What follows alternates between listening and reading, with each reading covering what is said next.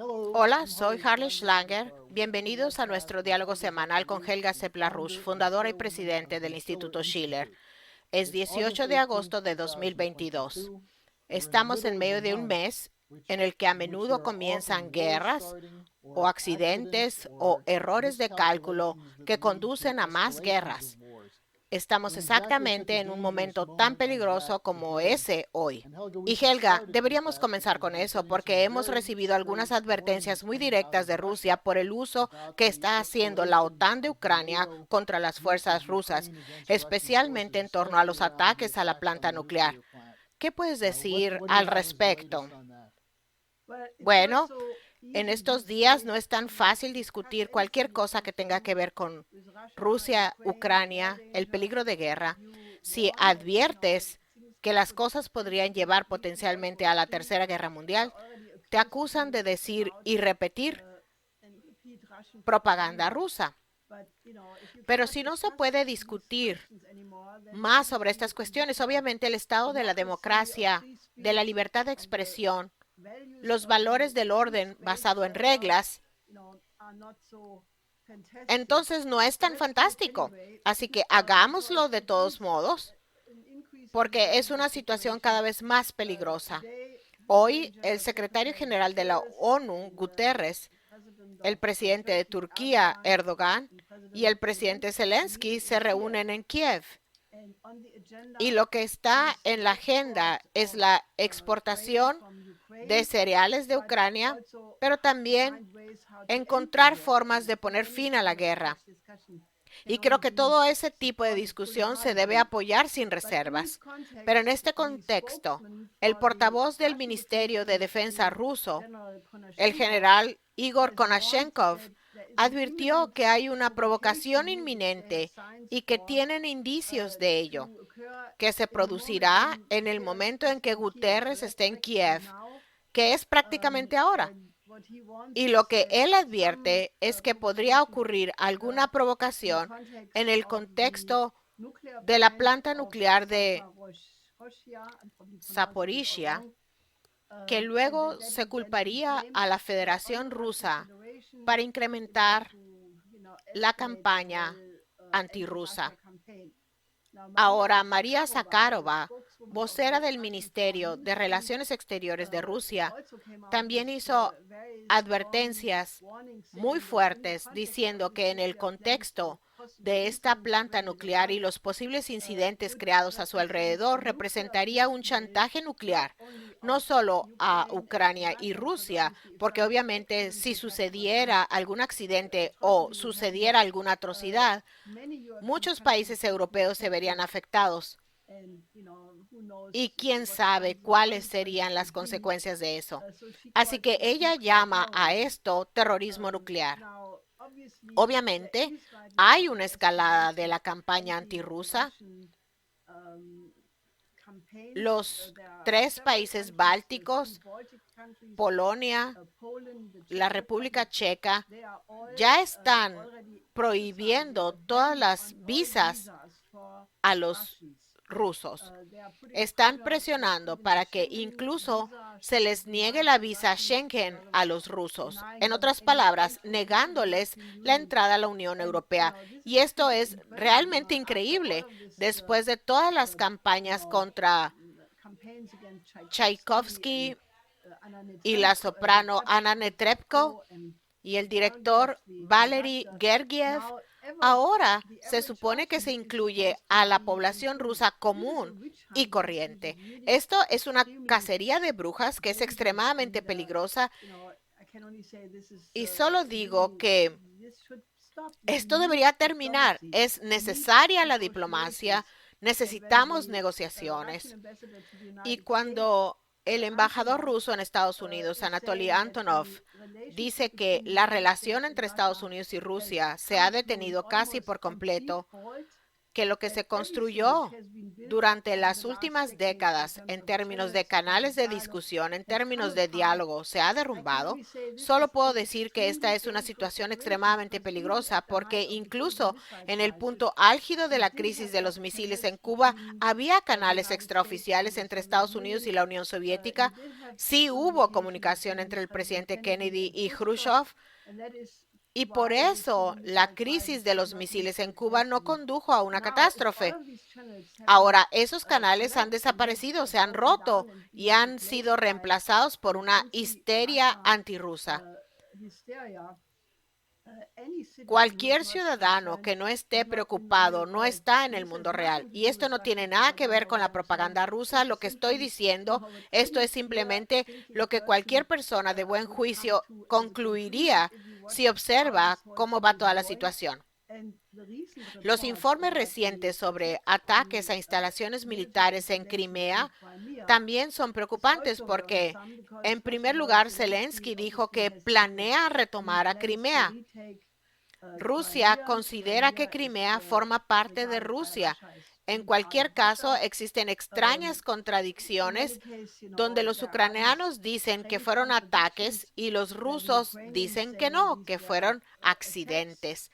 Así que uno casi podría suponer que los rusos están preocupados, que se verán envueltos en una confrontación y no la quieren, y por lo tanto dicen que todo fue un error de los soldados rusos. En cualquier caso, son interrogantes.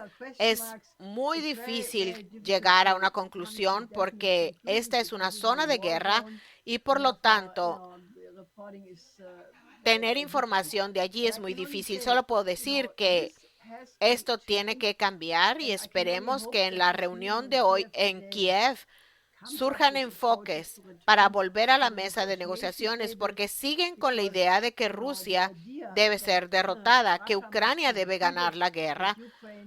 Hay informes de que las entregas de armas de Occidente a Ucrania han disminuido significativamente desde principios de julio, básicamente porque muchas de las armas que los ucranianos dicen que necesitan, el suministro de ellas se ha agotado. Entonces, la idea de continuar con esto es poner en riesgo la existencia de toda la civilización humana. Y cualquiera que tenga una mente clara debe exigir una solución diplomática. Y nuevamente repito, esta es mi opinión y no propaganda rusa. Y a medida que aumenta el peligro, vemos un aumento de la amenaza de Occidente contra China, que tiene implicaciones muy graves con la visita de Pelosi a Taiwán, etc. Y ese fue el tema de algunos comentarios del presidente Putin en la conferencia sobre seguridad de Moscú esta semana.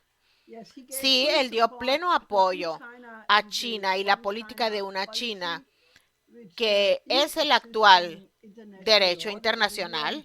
La resolución 2758 de la Asamblea General de la ONU, que claramente fue un voto mayoritario de la Asamblea General de la ONU, que China es un país, que Taiwán pertenece a China y que la política oficial china de un país, dos sistemas, es derecho internacional. Y obviamente Estados Unidos se ha alejado de la política al apoyar la independencia de Taiwán. Esto es lo que hizo Pelosi de facto y ahora hay otra delegación de miembros del Congreso estadounidense allí. Mientras tanto, los chinos publicaron un informe reafirmando que la unificación pacífica sigue siendo la política oficial china. Y esta es otra área en la que si se cruzan las líneas rojas, es solo cuestión de cuándo conducirá a una gran confrontación. Así que tenemos que reflexionar y la gente tiene que exigir que todas estas cosas se detengan y debemos volver a que se establezcan las relaciones normales entre las grandes potencias. De lo contrario, podría llevar a la destrucción de toda la especie humana. Y como advierte Putin en este tipo de aumento del peligro de confrontación entre las grandes potencias, vemos que el sur global sigue sin aceptar la idea de que Estados Unidos y la OTAN son la única superpotencia del orden basado en reglas. Más recientemente tuvimos al ministro de Defensa de Sudáfrica en una visita a Rusia. Esta parece ser una señal muy significativa proveniente de uno de los países de los BRICS.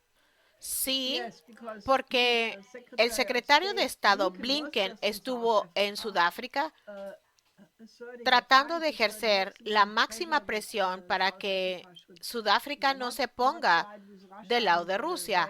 Recibió una respuesta muy dura del ministro de Relaciones Exteriores de Sudáfrica, quien dijo que son un país independiente y soberano y que no quieren ser presionados.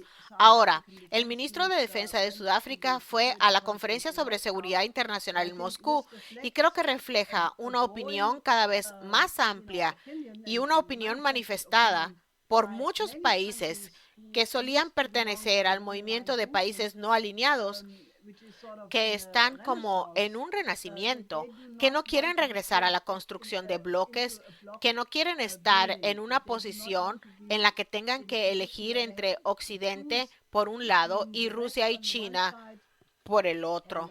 Y cuantos más países tomen esa posición, mejor, porque la idea de tener una confrontación total y un desacoplamiento de Occidente contra Rusia y China, las posibilidades de que eso no siga adelante aumentan cuando más de los países en desarrollo dicen que no jugarán ese juego.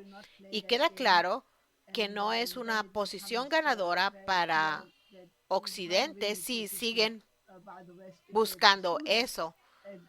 Y muchos países están afirmando claramente que no quieren estar en esa posición. Brasil, Argentina, Indonesia, India, Nigeria, Sudáfrica y muchos de los países más pequeños también. Creo que definitivamente es algo que ni siquiera ha pasado por la mente de la mayoría de los políticos en Europa y Estados Unidos. Uno de los países que se ha convertido en blanco de la presión del grupo de superpotencias es India. India celebra el 75 aniversario de su independencia. Vas a hablar el sábado en la reunión del Proyecto Manhattan sobre esto. Esto representa un punto de consonancia potencial muy importante de lo que mencionaste, el antiguo movimiento de naciones no alineadas. ¿Qué significado le das? Tú y tu difunto esposo desempeñaron un papel muy importante al hablar con los gobiernos indios a lo largo de los años. Sí, creo que todo el movimiento de la Rouge conoce íntimamente la experiencia de mi difunto esposo cuando estuvo en India en 1946, en los grandes disturbios de Calcuta, los que vivió personalmente, y eso le dio una idea de lo que el Imperio Británico estaba haciéndole a los países en desarrollo, y eso tuvo un papel importante en determinar su punto de vista. Estuvimos en la India muchas veces, trabajamos con Indira Gandhi, con Rajiv Gandhi, en un plan de desarrollo de 40 años para India. Y justo ahora, el primer ministro Modi dijo que quiere seguir una política por la cual India será un país completamente desarrollado dentro de 25 años, cuando se cumpla el centenario de la independencia de India. Ahora, esa política de modernización de India se puso en marcha hace muchas décadas con Nehru y su política de revolución verde. Así, India comenzó a ser una potencia mundial líder en el sector de TI. Sam Pitroda, quien habló en nuestras conferencias recientes del Instituto Schiller, realmente puede ser llamado el padre de la industria de TI en India. Y hoy habrá grandes cambios porque las comunicaciones cambiarán y transformarán al mundo entero y harán mucho más difícil el control oligárquico.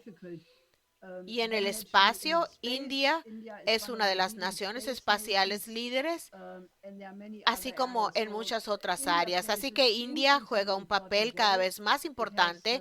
Tiene tanta gente como China, 1.400 millones de personas, y el hecho de que Mahatma Gandhi luchara por la independencia del Imperio Británico es absolutamente importante porque hoy recordar su política de no violencia en este mundo es más importante que nunca porque los 5 principios de la coexistencia pacífica, el famoso Panchil, lo que pasó en la conferencia de Bandung y la Carta de la ONU, naturalmente también. Muchas ideas provienen realmente de Mahatma Gandhi y por lo tanto creo celebrar sus ideas y revivir esto es extremadamente importante. Por eso quiero invitarlos a todos a que vengan y vean este programa el sábado porque esta es una parte importante de la historia mundial que debe celebrarse. En su charla en la Conferencia sobre Seguridad Internacional en Moscú, Putin señaló que estamos pasando por una transición en el mundo, precisamente lo que acabas de decir, alejándonos de la idea de que una nación tiene derecho a dictar la política del resto del mundo. Ahora hay una serie de campos de batalla. Me gustaría discutir brevemente la situación alemana, donde vemos movilizaciones de los agricultores en Alemania en contra de la política verde de la Unión Europea, pero también advertencias sobre un otoño muy candente. ¿Qué opinas que se avecina en Alemania? Bueno, la situación alemana es completamente demente, insostenible. La actual disque coalición semáforo en el gobierno está siguiendo una política que acabará con el Estado alemán como Estado industrial. Y esto lo afirmó afortunadamente ahora el vicepresidente de DIHK, la Asociación de Cámaras de Comercio e Industria Alemanas. Su nombre es Klaus Olbricht. Dijo que fue un gran error que Alemania abandonara la energía nuclear. También se opone a la salida del uso del carbón y dijo que era completamente insostenible hacer eso porque Alemania dejará de existir como Estado industrial. Y eso es muy bueno. Esta es la primera vez, y he estado esperando esto, que un líder industrial dijera lo que todos pueden ver, que estas políticas verdes actuales del Ministerio de Economía Habeck y el ministro de Relaciones Exteriores Baerbock, todas estas personas que obviamente no tienen idea de qué se trata una economía moderna, están a punto de poner a la economía alemana contra la pared con sus sanciones, con sus estipulaciones verdes. Y hay una resistencia cada vez mayor en su contra de los agricultores. Ahora están cosechando y por lo tanto los vemos menos en las calles de lo que normalmente los veríamos. Aún así hubo una gran manifestación en Bonn el 15 de agosto donde todavía está el Ministerio de Agricultura. Habrá una gran manifestación en Dessau el 28 de agosto donde los trabajadores dirán no a las sanciones, abran al Nord Stream 2, detengan la loca política contra Rusia. Todas estas cosas son legítimas. Son agricultores que están produciendo alimentos. Hasta el jefe del Servicio Secreto Interiores come. Los alimentos que consume no vienen del cielo, sino que los producen los agricultores. Y los agricultores tienen absoluto derecho de exigir poder hacer su negocio, es decir, la agricultura. Lo mismo ocurre con la pequeña y mediana industria, etcétera. Ahora, el jefe de la Oficina para la Protección de la Constitución dijo que sí, habrá un otoño candente y todo tipo de organizaciones extremistas planean sacar ventaja de eso. El Ministerio del Interior del estado de Westfalia dijo, todo esto es propaganda rusa. No es propaganda rusa y tal vez haya algunos elementos de extrema derecha, pero no se resolverá el problema criminalizando la protesta de manera preventiva. Corrijan las políticas, entonces no habrá protestas en las calles. Y creo que esto es exactamente lo que tenemos que exigir. Necesitamos un cambio total, necesitamos duplicar la producción de alimentos porque tenemos una hambruna mundial. Necesitamos una reorganización del sistema financiero en bancarrota. Por eso es que estamos organizando por el Comité Ad Hoc del nuevo Bretton Woods. Deben firmarlo, vayan a la página electrónica, léanlo, fírmenlo, difúndanlo.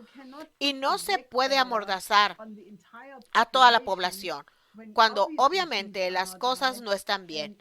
Y criminalizar incluso la discusión al respecto, creo que es contraproducente y causará un retroceso increíble porque así no se resuelven los problemas. Estamos viendo algo similar en Estados Unidos en torno a la decisión del Departamento de Justicia que tu esposo describió como una burocracia permanente fuera de control, pues el Departamento de Justicia y el FBI allanaron la casa del expresidente Trump, lo que sin duda se suma al sentido de polarización. Tuvimos la muy buena derrota en las primarias de Wyoming de Liz Cheney el martes. Ahora estamos recibiendo informes, se vuelven a discutir que hubo bombas caseras que se usaron el 6 de enero. Parece que la situación de Estados Unidos, por un lado, la gente está reaccionando contra estas políticas, pero por otro lado, hay un intento de convertirla en una batalla caótica de todos contra todos. Bueno, la historia de las bombas caseras es muy siniestra, porque ahora se sabe que supuestamente había bombas caseras colocadas en las inmediaciones de la sede de los comités nacionales republicano y demócrata el día antes del 6 de enero, es decir, el 5 de enero, y que estaban en un lugar tal que si hubiera habido algún sentido de seguridad, deberían haber sido descubiertas, pero siniestramente fueron descubiertas minutos antes de que ocurriera la marcha hacia el Capitolio. No pasó nada porque fueron descubiertas, pero todo esto es muy, muy siniestro y merece una mayor investigación.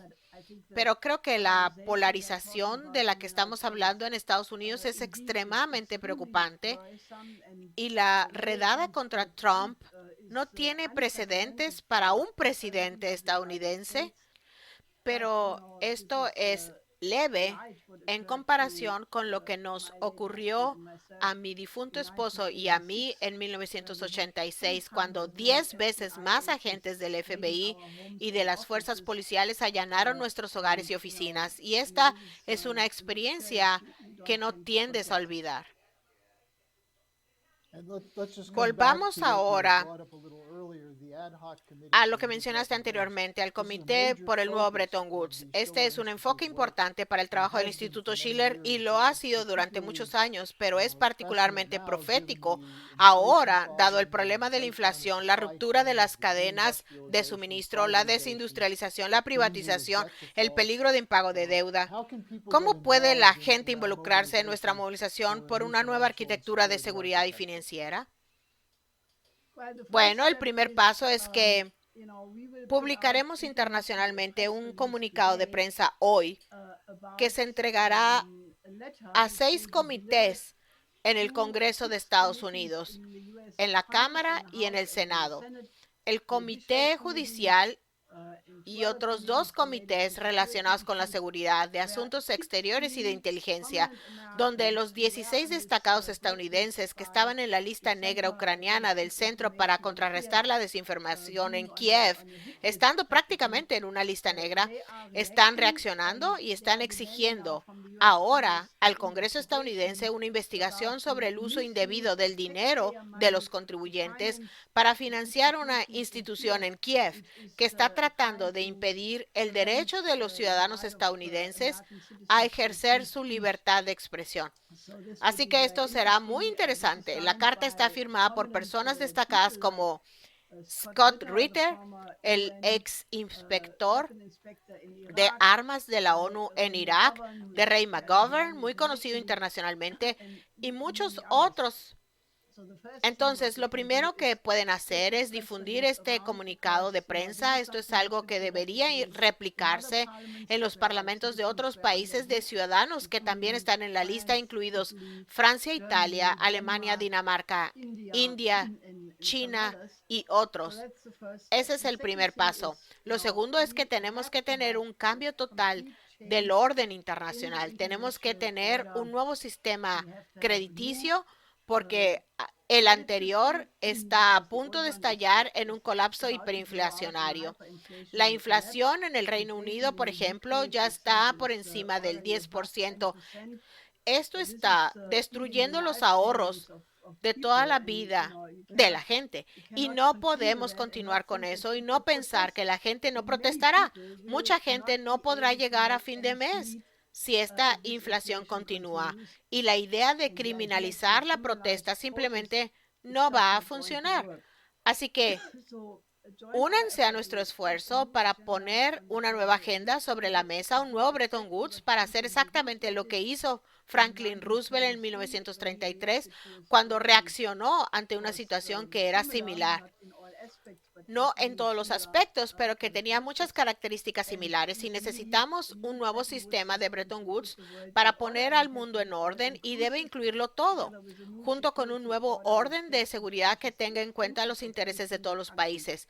Somos conocidos como la gente de soluciones, así que únanse a nosotros porque somos una de las pocas organizaciones, si no la única, pero sin duda una de las pocas que ha trabajado en esto durante mucho tiempo.